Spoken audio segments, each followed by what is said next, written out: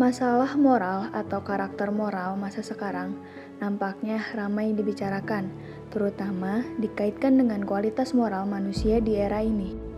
Tingkatan kualitas karakter moral manusia Indonesia, selain menghadapi masalah rancunya atau anomali nilai moral yang terjadi di masyarakat, juga diduga tengah menuju pada tataran yang paling rendah dalam kualitas kehidupan berbangsa dan bernegara.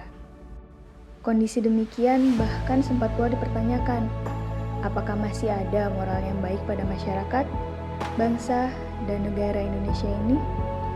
Sekarang, nilai moral sudah diputarbalikkan untuk memenuhi kepentingan pribadi, kepentingan kelompok, kepentingan kekuasaan sesaat, dan kepentingan itu tidak ada ujung pangkalnya. Kepentingan negara, kepentingan rakyat, dan kepentingan masyarakat pada umumnya diletakkan pada kepentingan pribadi, kekuasaan, dan kelompoknya.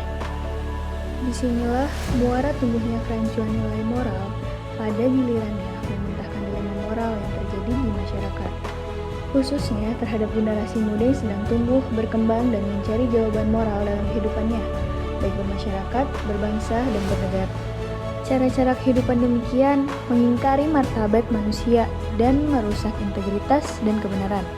Solusi yang ditawarkan adalah pendidikan moral dilaksanakan secara mendasar, dengan memperkuat nilai-nilai yang dipraktekkan di rumah dan di masyarakat. Ini merupakan langkah yang panjang untuk semua agen yang berbeda, baik di rumah, di sekolah, di masyarakat.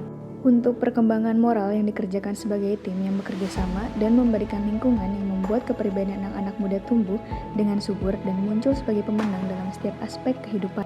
Jika pendidikan moral dilaksanakan secara mendasar, dengan memperkuat nilai-nilai yang di rumah dan di masyarakat, tentu juga mesti dilaksanakan dalam dunia pendidikan, khususnya di sekolah, antara lain melalui berbagai kegiatan pembelajaran dalam berbagai mata pelajaran, salah satunya pendidikan kewarganegaraan.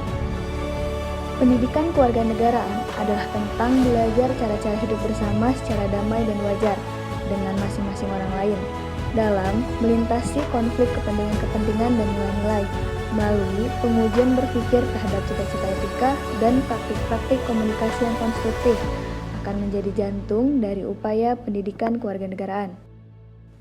Cara-cara penting dan menggerakkan para siswa dan guru untuk memenuhi tujuan-tujuan dari pendidikan kewarganegaraan sebagai pendidikan moral adalah mengembangkan kebajikan-kebajikan komunitatif melalui berbagai kemampuan. Maknanya, para siswa diberikan peluang-peluang berpartisipasi dalam praktik-praktik yang memperluas pemahaman-pemahaman sosial mereka, mendalami pandangan-pandangan politik mereka, dan mengembangkan alat-alat untuk komunikasi berbasis nilai-nilai moral, seperti respek dan kepercayaan. Titik akhirnya, diharapkan menghasilkan suatu politik-politik kebajikan. Terdapat relasi kuat antara pendidikan karakter moral dengan pendidikan kewarganegaraan, bahkan cenderung bergabung, bahkan berintegrasi, baik dalam perundang-undangan dan kurikulum.